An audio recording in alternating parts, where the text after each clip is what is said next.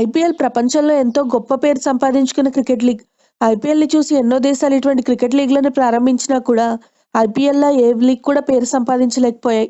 Cricket లీగ్‌లోనే ధనికమైన లీగ్‌గా పేరుగాంచింది. ఈ ఐపీఎల్‌లో ఆడడానికి రాష్ట్ర స్థాయి క్రీడాకారుల నుంచి దేశాల తరపున ప్రాతినిధ్యం వహిస్తున్న స్టార్ ప్లేయర్ల వరకు అందరూ పోటీ పడుతుంటారు.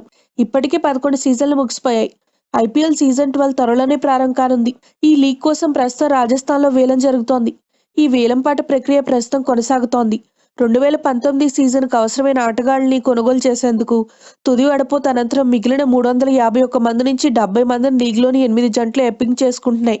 ఈ వేలంలో బౌలర్ జయదేవ్ ఉనద్కట్ మరోసారి బంపర్ ఆఫర్ కొట్టేశాడు. జైపూర్ వేదికగా జరుగుతున్న ఈ వేలంలో ఉనద్కట్ రాజస్థాన్ రాయల్స్ జట్టు ఏకంగా 8,40,00,000కి వేలంపాట కొనుగోలు చేసింది. గతేడాది ఐపీఎల్‌లో రాజస్థాన్ రాయల్ జట్టు 11.2 కోట్లు పెట్టి కొనుగోలు చేసింది. కానీ ఆ సీజన్లో ఉనద్కట్ ఆశించినంతగా రాణించలేదు.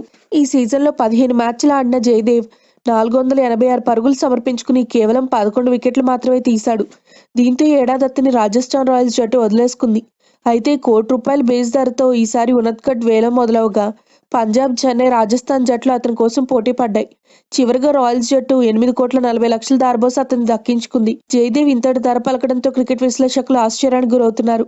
అలాగే ఆంధ్ర క్రికెటర్ హనుమ విహారీ కనీసం 50 లక్షలు ఉండగా 2 కోట్లకి ఢిల్లీ క్యాపిటల్స్ అతన్ని కొనుగోలు చేయడంతో జాక్పాట్ కొట్టాడు. If you like the video, please like us and subscribe Tollywood Nagar.